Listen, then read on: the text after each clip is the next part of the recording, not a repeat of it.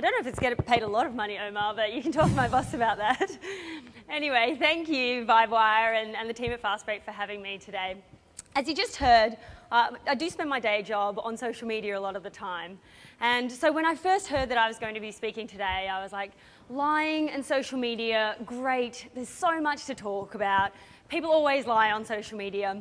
I thought maybe I could tell you about all the dating profiles, next slide please, and how profile photos often look like this, when in reality, the person on the other end of the computer is probably something more like this. Sorry to the guy who that is, by the way. And then earlier this week, Andrew from Vibewire briefed me a little bit more fully on fastBREAK and how you should really talk about personal stories. And I said, personal stories? The theme is lying. I don't really know if I can go down that path and confess all my sins. But anyway, I put my thinking cap on, and I like to think I'm an honest person, but when I thought about that day alone, I realised that I'd lied 3 times before 9 a.m. that morning. It started off with buying a concession train ticket. Now, I'm not a student and I'm not a pensioner. Please no one tweet that. My mum will find out and she'll be really cranky. But that was the first one. The second was I then saw a client before 8:30 that morning, and I was like, hey, it's so great to see you. When really, I don't think it's great to see anyone, you know, before 8:30 in the morning. And the third one was when my boyfriend rang and he goes, oh, what's wrong? And whilst there was something wrong, I'm a girl, so I say, nothing, I'm fine.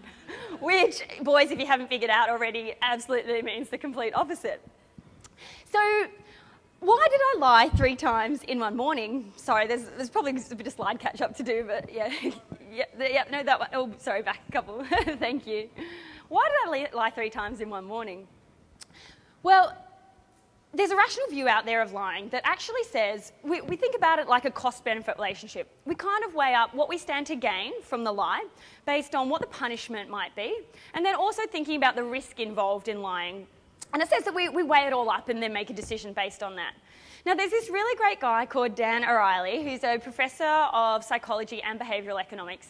And he, in my opinion, very rightly pointed out that if you thought about all the times this week that you had a chance to steal and probably not get caught, there was probably numerous times, but you didn't do it. And he believes the reason you didn't do it is because you'd feel bad. You're actually too honest to be a perfectly rational human being. And he's done some really great studies on this kind of topic, where he goes and gives out people a list of 20 mathematics questions. And he says, answer as many as you can, I'll give you $1 for every question you get right. After 5 minutes, he comes back and he asks them to collate their answers and tell him how many he got right.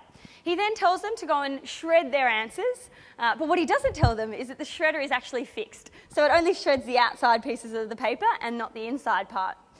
And he's found that on average, people tell him they've answered 6 questions correctly, when really, when he goes and checks, they've only answered, on average, 4 questions correctly.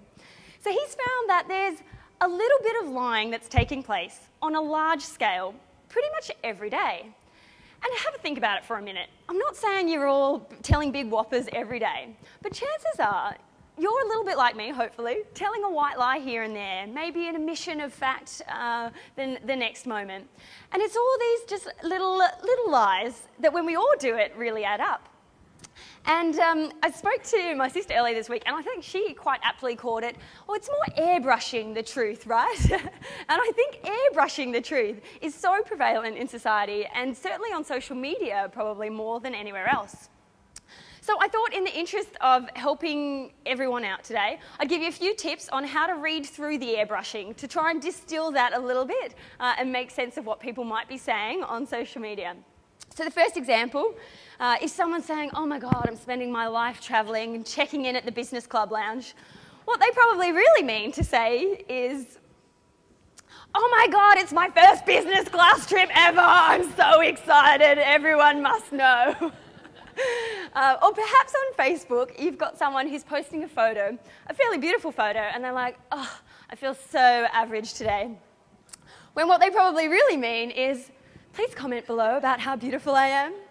So I'm going to encourage you, next time you see someone airbrushing the truth a little bit, maybe on social media, maybe in real life, to go on and help them out, make their life a little bit sharper, a little bit more in focus, maybe a bit softer around the edges.